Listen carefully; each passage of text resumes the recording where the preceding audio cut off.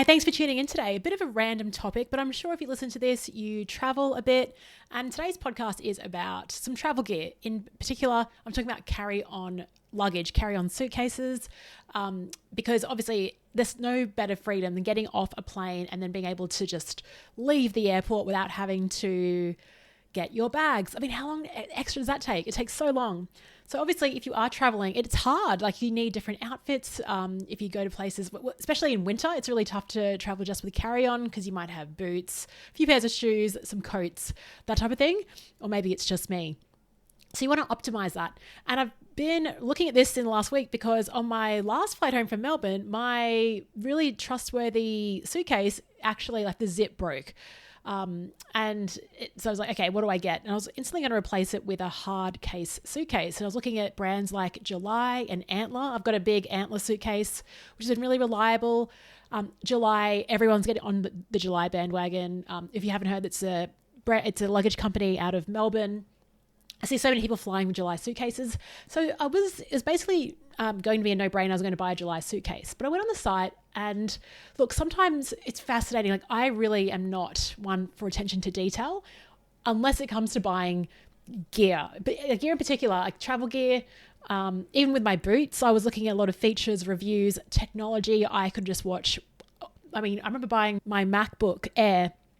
I watched reviews all weekend just to determine what to get. So I can, really deep dive into these things. And when I was going to the July specs, yes, it looks beautiful. There's some really great colors. But I went to the weight of this bag. And to my surprise, the suitcase weighed 3.4 kilograms. Now, if you have 8 to 10 kilograms of weight capacity on your booking, that's not a lot that you can travel with. So I was a bit shocked by how heavy it was. Then I went into a deep dive on alternatives. And I've actually, surprisingly, just purchased a Kathmandu Feather Flight Carry-On. So this is the lightest carry-on bag. I would say it's like a hybrid. It's hybrid suitcase / bag. It has wheels, but it's 40 liters. So that's like a huge amount of space.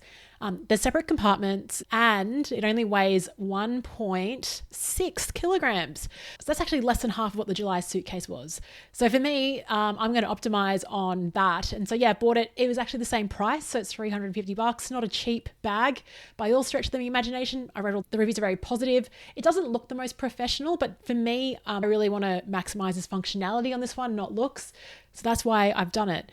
What's fascinating also is I remember when I flew into India, my bag didn't travel so well. I had a hard shell suitcase. It was a good brand, but I remember getting to my hotel in Mumbai and the porter brought my bag up and it was broken. And he's like, yeah, I would never ever get a hard shell suitcase. And it's just fascinating because back in the 90s, early 2000s, hard shell suitcases weren't a thing. But now if you go into any luggage store, they're like 90% of what's on offer. What happened to the soft shell bags?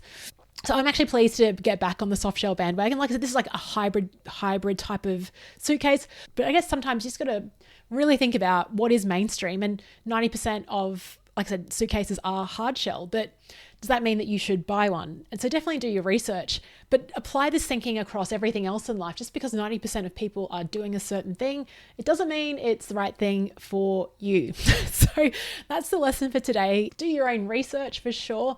Look at reviews, look at social proof, but also go back to what your values are. Because if my values were about looking good, I would have purchased the July suitcase, but I just want to have more versatility on the ground whenever I go somewhere. I want to fit more in my luggage. That is what I want to optimize for, particularly when I'm, even with workshop facilitation, sometimes a carry-on bag, like I'll travel to venues in Brisbane with that. And so having something that can actually just fit a lot, is what matters for me. So I'll report back on this suitcase / bag. I don't know what to call it. I think it's going to come in very handy on the European convertible tour next year because actually that's probably a good reason why I bought it, because hard shell suitcases don't go so well in a convertible. You can't really compress them down. So I'm actually even justifying this to myself even more, the fact that it's going to fit in the boot of my car. Anyway, thanks for listening. What bags do you travel with? What's your suitcase carrier of choice? And I'll speak to you tomorrow.